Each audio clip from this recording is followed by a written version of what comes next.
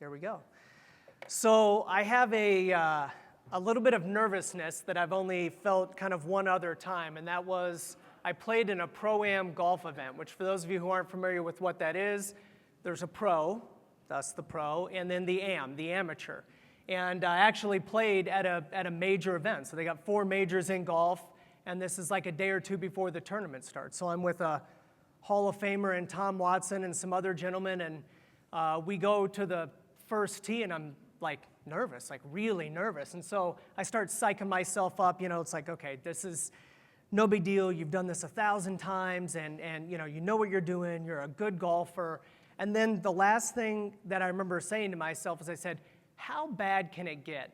And just then, the gentleman in front of me who was teeing off had the same nervousness that I did, and his palms were so sweaty that after he swung, his golf club went flying into the grandstands, because there are people there watching, screams, people are diving out, and then I had a whole new realm of possibilities as to how bad this could get running through my head. And what made me think of that is as I get here and I set my briefcase down and I start to get my notes together, I'm feeling good. I've done a nice little presentation, made good notes. I think this is going to be interesting. And I see this. So this is please rate the speaker. Now, a traditional 1 through 5, I think would have been appropriate. But as you start at the left, terrible. Terrible. So I can only assume that I flew out for this, was taken.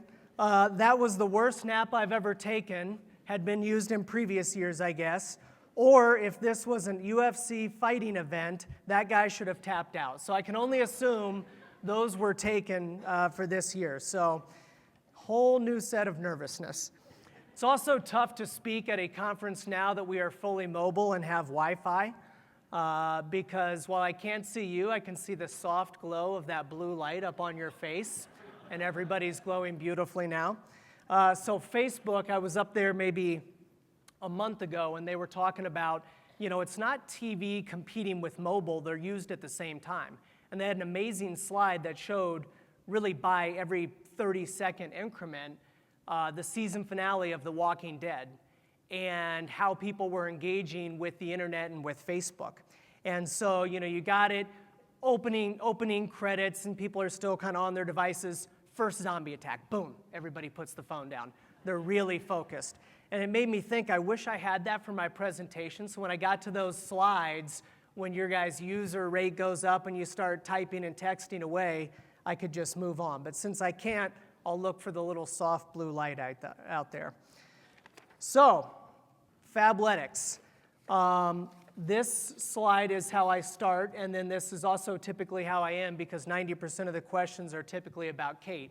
So I've started bringing Kate with me to most conferences. Unfortunately, it was her birthday yesterday, and so she took a little trip and could not be here. But I would like to thank a few people briefly.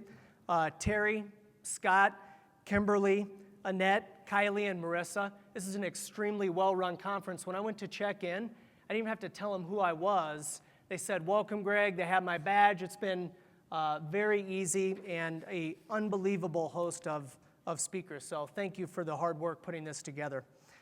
So there we go. Our business by the numbers. First of all, I'll kind of give you a brief summary as to why we started the business. We clearly saw an opening about 3 years ago, athleisure growing like crazy, but it was, we thought, very high price points. I think $108 for a pair of leggings is pretty extreme. For those of you that are in the apparel business, you can imagine what those cost to make. So what we wanted to do is we set out to make product that was as good as the best in the industry at half the price. And we have other businesses under the textile umbrella that we've had success with a flexible membership model.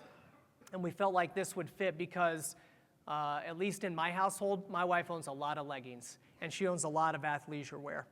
And so one of the beauties about this flexible membership model is that our members visit the site, visit their boutique 38 times a year. Now, for those of you who are in traditional brick and mortar, what would you give to know that you're going to have every one of your customers walk in your store 38 times a year. That's incredibly valuable. And I did not get to hear a little bit of the banter this morning on the athleisure wear trend, but my guess is it went something like, is this a fad? Is this a trend? And I think there's a couple things that I would say. It is clearly a very popular trend, and there's a new person getting in it every day, right? A new celebrity or a new retailer that's launching their own line. But I think we're also starting to see those now exit out of it. So VF Corp with Lucy closing those stores, rolling that into North Face. Yoga Schmoga, who had raised maybe $78 million, closing. And I think that you're going to see more and more of that, because you can't just make a set of black leggings and put a price on it and expect it to sell. But the reason that I don't feel like it's a trend is the same reason that, I would ask, does anybody see suit and tie coming back in the workplace as the norm for men? Monday through Friday, we're all suit and tie again. I don't see that. And I think the same concept is there. This is comfortable. This is far more comfortable than her wearing denim. And so whether she's working out or just in her everyday life, I think that the comfort but nice comfort trend is here to stay. So as you can see, in 3 years, we've built the business to a $250 million run rate, 1.2 million members, 79% CAGR, and last year we sold over 16 million units, to give you some idea for the size and the scale of business. And as you heard in my intro, I have been, previously to being the disruptor, I was the disrupted. So for those of you who were sitting there and Googled H.H. Gregg, sadly H.H. Gregg filed bankruptcy about a month ago or so, a traditional consumer electronics and appliance business. So 62 years, and just the tidal wave of change, was too fast. And I think a lot of lessons that I learned, but I think the most important lesson that I took away with me is it is so hard to change when you're having success. When you're making over $100 million in EBITDA, which in the consumer electronics business was pretty decent, you think, what's the worst it can get? Maybe things go down 20%, 25%. It's hard to walk into a board and talk about wanting to radically change your business, right? Cut your store base in half, or cut your store size in half, or completely change your margin structure because of what you want to do online to acquire customers. And so, that will always stick with me. The second thing that I think that people mistake is that Amazon killed consumer electronics. In our business, it wasn't Amazon at all, because if it was just Amazon, that would have been an impact on margins. What crushed us was Apple, because Apple crushed the traffic. So we used to have hundreds of thousands of customers that came in, digital cameras, camcorders, GPS systems, MP3 players, video game systems, alarm clocks, cordless telephones, MP3 players. I could go on and on and on. And in a 10 years ago, right? In a very tight time span, hundreds of thousands of people stopped coming in the door. If you got margin compression, you can add other categories or change your compensation system or work on your cost structure to adapt. But when you are not seeing customers, it's death. And so that's why I mentioned the 38 visits that we have from our members per year. To me, that's what allows me to sleep at night. All right, enough with the fun stuff. So the point of my message, and I'll try to go brief in setting it up and then hopefully give you the interesting stuff as to how we're mining data from this brick and mortar. But data was going to be the panacea. So for many e-commerce pure plays, they were going to have all the data. But with all of this data, why can't we make better decisions? So some of the reasons to me are that the data is biased. Because one, we determine the funnel. Algorithms are constantly adjusting what product they see, what accessories are recommended, what goes to the top of the page, how we filter it, and we're constantly narrowing those choices down to avoid cart leak. The other thing is purchasing decisions online are far more binary. It lacks emotion. So when I'm walking in a store, I see something that I marginally like, a sweater or whatever, I might grab it and go try it on.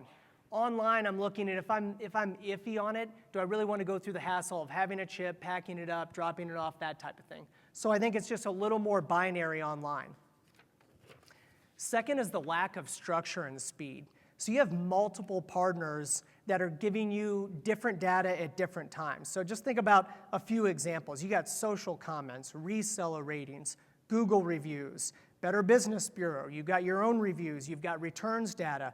And that's just to name a few. So you got all this data coming at you, but it's not structured. And it comes in at different times. One, because you've got different partners. And depending where you're at in the food chain, you're a high priority if you're Walmart, and you're a middle priority if you're anybody else. And so, you got to get the data feed to them. They got to have their team work on it. You've got multiple deadlines. They've got multiple deadlines. And then you have multiple points of contacts within your organization. So just this lack of structure and speed. Things are constantly changing. So by the time you do aggregate all of that, the business is different. It's changed. This is fast fashion. So to give you an example for us, 70% of our revenue each month is done within the first 5 days because we launch new monthly collections each month, and our goal is to sell out within that first week or so. And so to be even 2 or 3 or 4 days into the month to start getting this data, that doesn't work for us. Okay, so point is, more data does not equate to more insights. We've got feedback coming from many different sources that lack structure. Smartphones have changed everything, the speed with which customers can interact with you. And then, the world operates at the speed of a swipe. So we've got these connected groups that can make data difficult to utilize. And if you hang on with me, maybe 2 more slides, we're going to get to the good stuff, but I'm setting up what I think is a little bit of the problem that hopefully many of you can relate to. So you got 3 constituents. You got customers, which they have more feedback points than ever, right? They can hit you up all sorts of different ways. And then, boom, then you've got various partners to collaborate. Think to yourself right now, how many people do you have that touch your website? Do you have somebody that does dynamic FAQs for you? Do you have somebody that does user reviews? Do you use ClickTail? I mean, if you added that up, I've met with a lot of people that the number is well over 10. So you've got various partners that you're in contact with. And then due to the collection methods, retailers struggle to get buy-in across all functions. So my main point here is the cost associated with bringing this data together often exceeds the value of the learnings. So here's a real-world example launching a new fashion collection. Day 1, new collection hits. That first week, you start to get an early read on sales. Then we start to get you get some review on social sentiment. You review Net Promoter Score. You're almost at a month here, and satisfaction. Review return rates and reason codes.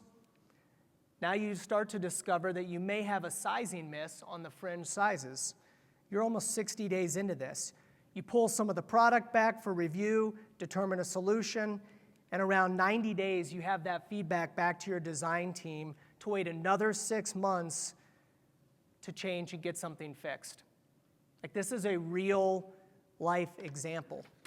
So how are we addressing this? And I'm going to go back to this slide. I want you to look at this because I'm going to go back to this and talk to you about how we've fixed this. So how are we addressing this? So better and more contextual data. Taking control of the data we can collect from our stores. So when I joined Fabletics, the company is backed by Silicon Valley VCs, and I walked in and said we want to add brick and mortar stores. And after they had thrown everything that was in front of them, they ran back out to get some more stuff that they could throw at me. And finally, I got them to come around to do a 6-store test. And I'll talk to you a little bit about those learnings. So we get feedback from those that don't purchase. We get item-level conversion. And we get employee-driven feedback. So when I got there, we patented and developed a product called OmniCart, a technology called OmniCart. So we're completely mobile in our stores. We work on Apple OS devices, so iPads, iPod Touches. And I won't read this to you, but you can see these are the 4 or 5 things that this allows us to do. And I think actually, is that going to play a little video? It's not going to play a little video. Okay. We'll move on. So now we get into the meat. This is the good stuff. So how do we use this?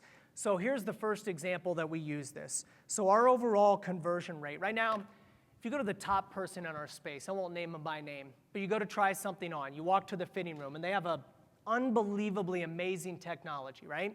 It's a dry erase board. And they write on there, Debbie, 2 pairs of leggings, right?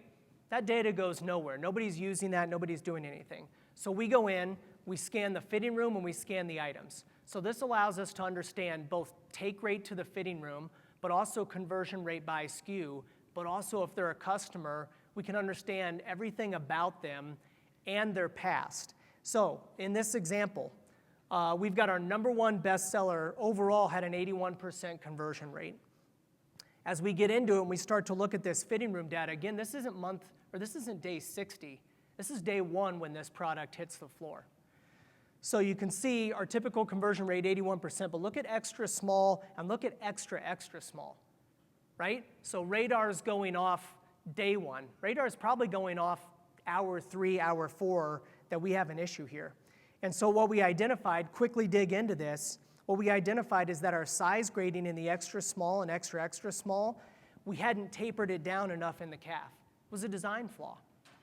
And so we could immediately pull those back or update our site. So in this case, we pulled that out of the stores and off the site.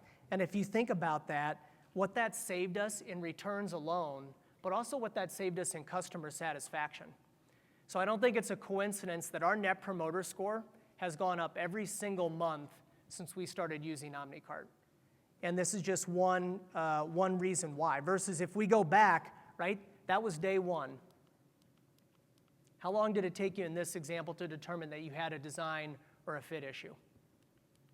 Now another application that we can use here in the fitting room is, so I mentioned that was one where we actually had a design. But let's say we have a fit issue. So I know that this customer traditionally buys, in her profile, she always buys a small. And she came in to try on our new legging, and she ended up buying a medium. So I can look and say, was this a one-off thing? No, I can see that on Saturday, the first day we put this out, that 100 of our customers who are traditionally a small ended up buying a medium. That day on my site, I can update and say, this item's running a little large. We suggest you buy 1 size up. So without that, if you think about how do you get that if you're just an e-commerce pure play? So brick and mortar, there's some data, there's some brick mining that we can do here to get that. So what we do is when they scan those items in, the customer says, this is too big, this is too small, or whatever. Kept it very simple. They get 4 options because, who here started in retail working the floor? Anybody? Right. And what your corporate team wanted, everybody had something that they wanted you to collect in that drop-down box, right? The manufacturing wanted you to ask these 6 questions, and then, the store management wanted this, and so you had a drop-down box of 30 things, and what'd you pick? Either the first one or NA, right? So I recognized that, and so I said, look, I'm only going to give you 4, but will you please just pick one of the 4? So we got too large, too small, didn't like, or liked item, but want to buy it later. And so what does that 4th one do for us? Traditionally, retargeting is only something that you can do online, right? We all get that. We go look at those Nike shoes, and then they follow us everywhere, right? We go to CNBC, it's there. We go to Recode, it's there. Everything we look at, those Nike shoes are following us everywhere. But we're missing that in brick and mortar. I walk into the store, I look at those Nike shoes, I walk out, I never see that again. So this is a way for us to retarget, and I would argue retarget to a higher, with a higher effectiveness because they actually tried it on. Debbie, you were here at noon. You tried the jacket on. We know you love it. We know you live in this zip code. And we can do dynamic offers to get her back in to purchase that. So a couple big bullet points. We get feedback from those who don't buy. When somebody's clicking through on your site, yeah, I can see that they looked at it and didn't buy, but I have no idea why. Or somebody returns it and says, too big. Think about that legging example I gave you where it wasn't tapered right. Well, what does too big mean? I would have never gotten to that, it's too big down in the calf. The other thing is what it does for us on take rate. So many of you that are in apparel, right, we get excited. We've got our window displays or we've got our end caps. And different merchants fight over getting those end caps or they get those window displays. And how do you gauge whether those are effective? You look at sales, right? But what if we had a fit issue or a fabric issue or a pricing issue? So we're missing a step as to how popular that was or how well the merchandising did. So now I can put something on an end cap and know that this is on the end cap. In fact, we actually have a way we can see it from our stores. So I know it's on the end cap, and I know that 1,000 people took it to the fitting room, and we only sold 10. Do I have a merchandising issue? Was that color a little off? No, the color was great. The merchandising was great. We have a fit or a fabric or a style issue. Versus I put that on the end cap and 2 people took it to the fitting room. I have a merchandising issue, or guess what? Canary yellow is not going to be hot this season, right? And I can quickly determine that. Second is we've got item level conversion.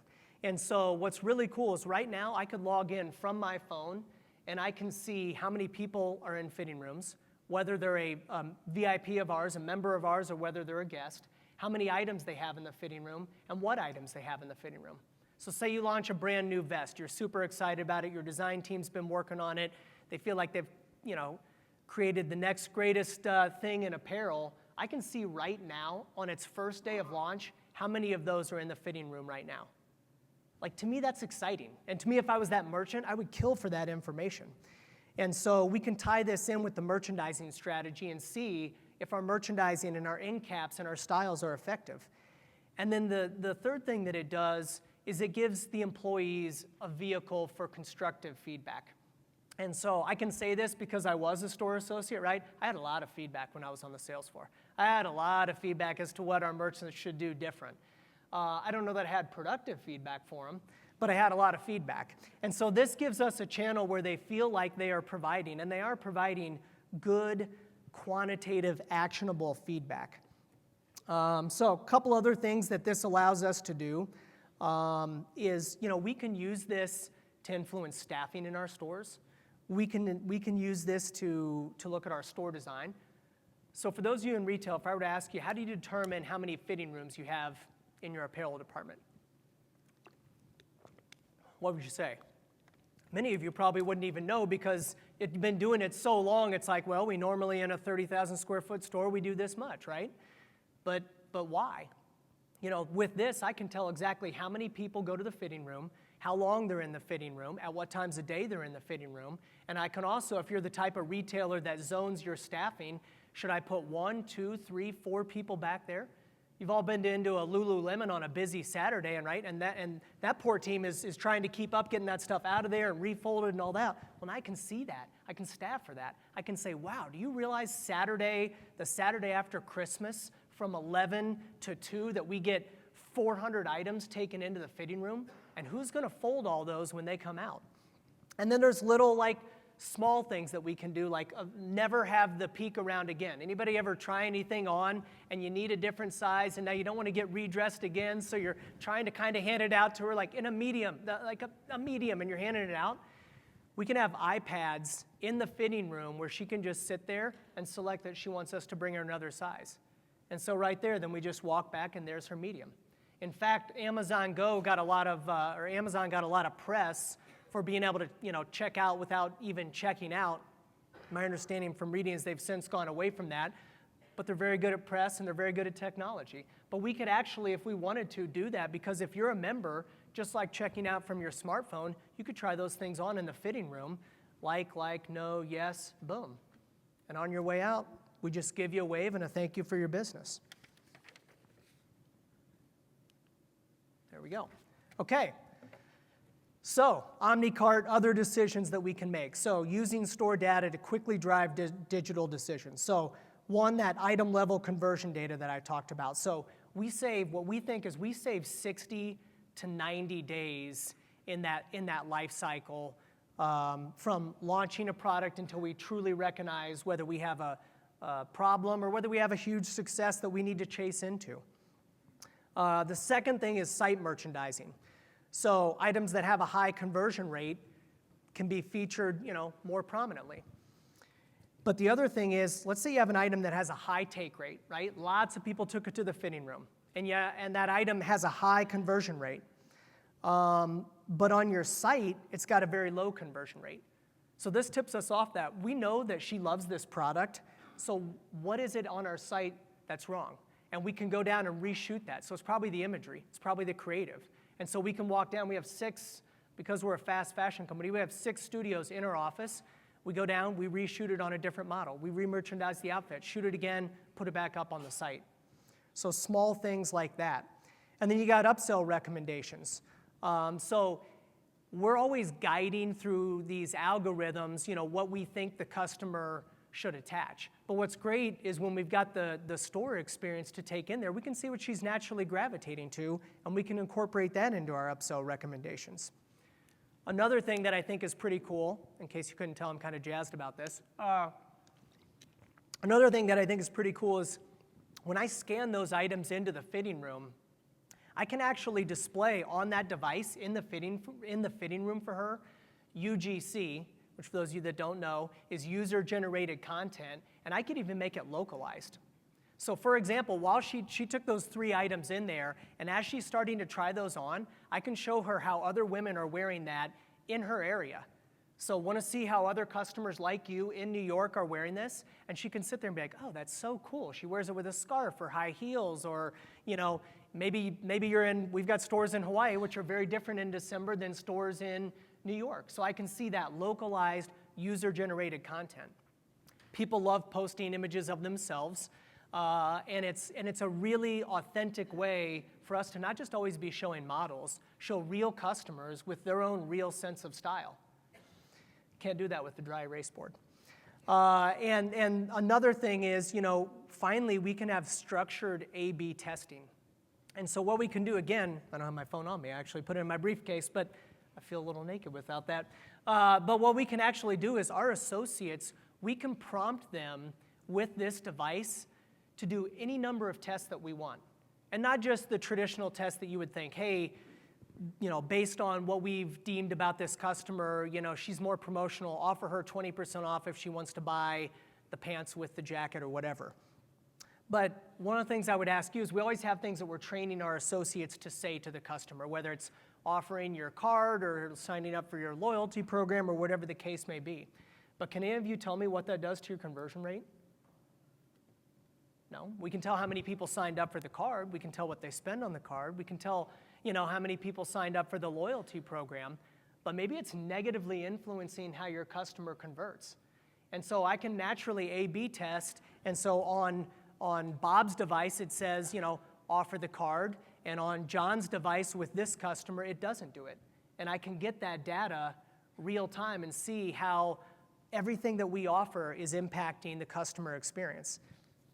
I could even test something as crazy as seeing, hey, if it's a customer that shopped with us before, we want to see if it impacts conversion rate by just commenting on their prior purchase. Because we all like to know that, that I'm a good customer, and, we can say, Mrs. Throgmartin, how do you like that Solar Capri that you bought last month? Does it fit well? Do you like that? And we can see, what does that do to conversion rate? Did that increase the basket? Did that increase the AOV? Did that increase the lifetime value? So these are just some of the things that we were able to do with those old stodgy brick and mortar stores that those VC guys just didn't want us to open. That was the pause for a laugh. Whew, all right, there we go. So, customers who shop both channels are happier. How do I know they're happier? Well, we got a 32% higher Net Promoter Score. So for those of you who have ever tried to move your Net Promoter Score up, it is not an easy thing to do. We have a 231% higher lifetime value, and we have 121% more purchases. Now, there are a lot of factors, way more than I talked about today, that lead to that. But OmniCart is a big part of that. And I think using the data from both channels, that we know about our customer makes us better. So, with that, I've got a few minutes open for questions. When I get talking about that, I get going a little quick, so hopefully I didn't go too fast and was mildly entertaining.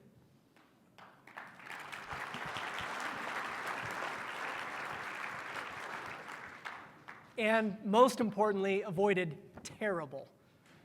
Like, we don't want terrible.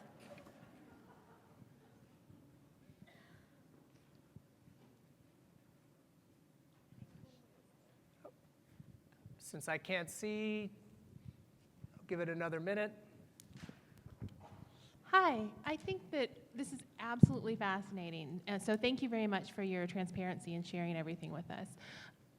Your last point about using data from both channels to inform the other is really interesting to me. And I was wondering if you could speak a little bit about how any data that you find from your online business, how that influences your physical business. Yeah, well, since we started as an online-only company, and so we've got 19 physical locations that opened in November. We opened on, November of 2015. So predominantly the data is online, but it was very interesting. So when we started our physical stores, we put every SKU that we had in. Because we wanted to see, let's start with everything and then whittle our way down. And what's interesting is we've actually, that looks like a very intimidating picture. Wow. Got to get one. I'm always smiling. We'll have to get a different picture. But and so what we found is actually, as we started to talk to our customers, online, 96% of our purchases are done by outfit. Because that's how we really, if you know our brand, that's how we merchandise, and that's really our offer. So our offer when we started our business was you get your first outfit, which is $49 for $25. We've since morphed and we have different offers that we do at different times, but it was like outfit, outfit, outfit. And when we opened the stores, we saw that that's not necessarily how she wants to shop. She was buying far more separates. And so that allowed us to start to do, now we swim back upstream to work on our site and create a better build your own outfit experience. So it's kind of been more, we started with all of the data that we know online, but not all of it held true for the stores. And another stat that I would give you that I think has been interesting is nine out of our top 10 best-selling SKUs in the store last month were stuff that we specifically bought for retail. Because we see some interesting behaviors in our customer. If you know our brand, we're far more than just black and gray. When Kate got into this, in fact, we'd probably all rather look at a picture of Kate than we would me, but when we got into it, you can see Kate's outfit. It's like bright, bold, poppy colors when the industry was black and gray. What we find is that that's what the customer comes into the brand on, because if you think about how we shop now, we shop scrolling so quick. So it's got to be this bright, vibrant, interesting imagery to get us to stop. But that's not what she converts on her first purchase. She stays more modest on her first purchase, and then on the second one is when she branches out into those newer, poppier colors. So online, we were catering to our members with the brighter, poppier patterns and colors, but in the stores, especially when we were new in our stores, we needed to have more basics for her. So there's a lot of ways that we've done it, and I just gave you maybe a couple examples that hopefully help. I think one of the keys is, for any business, and you all probably, I'm stating the obvious, but the key is having it all under one individual, because these can't be competitive. They have to be complementary. And we're very lucky in the sense that we started online, so our margin structure and our whole business is built for that. I think about traditional retailers. I mean, I was that, and it's easy to say that you're going to be channel agnostic. We don't care whether the customer shops online or in the store. Yes, you do. Yes, we did at H.H. Gregg. What do you think our accessory penetration was when they bought online, right? Was anybody buying a $100 Monster cable? What do you think the extended warranty penetration was, right? At Target, do you think they put that 4-foot section of gum, candy bars, and soda pops up there just for looks? That's an incredibly high margin category. And when you change that, it fundamentally changes how your business operates. So we're very lucky that we started off with that, and so we're not competing in that sense. Hey, Greg, Dave Porter from Microsoft over here. Very impressive presentation and great stories, real-life stories. Question is, how do you see the VR goggles, the Samsung goggles, and things of that nature coming into your environment, and how are you thinking about using them both online and physical? That is a great question. So we have been, I would say, not necessarily a pioneer in that in retail. I mean, I've gone to all the displays and seen the amazing mirrors and things like that. I've seen some of the stuff in the Rebecca Minkoff stores that they've done. And so we we've kind of taken the approach to somewhat be fast followers, and so we're not trying to lead the way on any of that. We just want to build a flexible enough platform that we can change and adapt to that. So just to be quite candid, I don't know how that's going to change apparel shopping in the next 12 to 24 months. Except that I went through my first demo 30 or 45 days ago, and I know that it is. So we've just got to be able to build a platform. The thing that I would say is we built OmniCart. We've only been in retail 18 months, and we've been running that for 9. So we built OmniCart in 9 months, and so I think I'd like to see how things shake out and then be a very fast follower.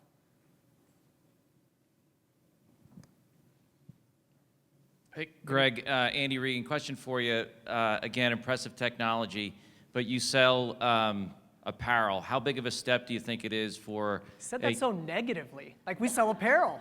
Hey. If Kate was here, you would have said that way differently. You're edging towards terrible, Greg. No. How big of a step, I'm saying this with a smile on my face if you can't see me.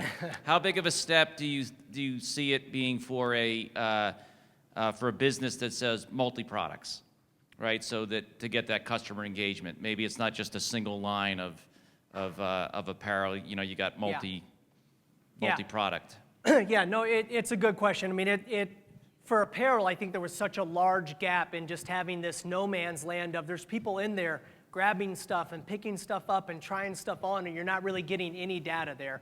Versus if I were to go to a traditional, like if I were to go to a Target, for example, it's way different, right? You've got toothpaste and CDs and all sorts of stuff, and you're doing your typical heat mapping and things like that. So it is very different. I think it's primed for apparel and starting to get insights around that. But I think the overall philosophy is just having the mindset that, okay, it's very obvious there's a lot of data that is online, tremendous amount of data that's online that should flow and influence our stores. But just asking the question in your organization of, when was the last time that we set up a clear channel for that information about our customer to be quantified and crystallized and flow and, you know, and push back up? So I guess that's really the point, not specifically to every single industry, but just making sure that you recognize there can be really powerful data in that. And you know, now the VC guys, you know, love that, super excited that we patented that, and it was the best idea they've ever had. But I think many people, if you took that mindset, could do the same thing in your business. How do you make sure that all of the different people within your organization who need to act on that data, so planners and buyers and marketers and merchandisers, are interpreting it in the same way so that it's all leading up to the same vision? Yeah, that's a really good question. So what we try to do is just really have one version of the truth and really one funnel where that data comes in and one person to interpret that, and then we get together on a weekly basis, you know, just like the gentleman from PetSmart was saying, when you get together weekly and go over your KPIs, a lot of this is in our KPIs. In the future, can I see a day where our merchant is getting that? We don't have category merchants like a much larger apparel retailer would, because we're in really the same categories. So we got one head merchant. That's really who I need to deal with on this information.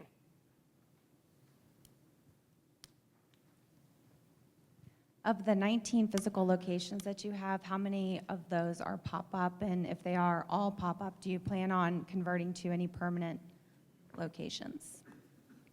So good question. Actually, all are permanent. And we just felt we found very good opportunities going in and being patient. You know, that's the beautiful thing. In my previous job, we had opened 15 stores in Chicago in one day, for example, just to be able to afford TV advertising and a distribution center. Because we started in e-commerce, we already advertise everywhere and distribute everywhere. So we can be patient on those deals, and that's what we did. We just waited it out until we found deals that were very good, and then make sure we negotiated very favorable kickouts.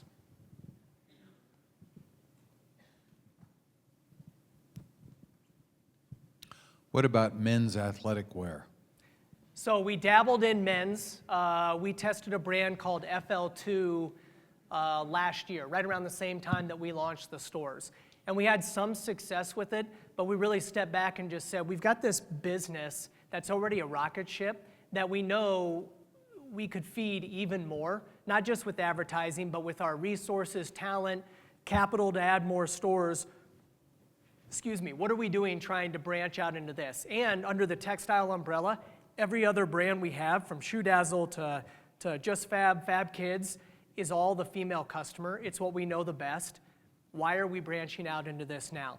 And so we did a year of it, and then we just pulled it way back, and now we just do a very small seasonal collection with it. I think it's something in the future we know we could have success with. Clearly, that's Lululemon's main growth engine that they're talking about. So it's there for our future, but we think our greatest opportunity over the next few years is in the women's business.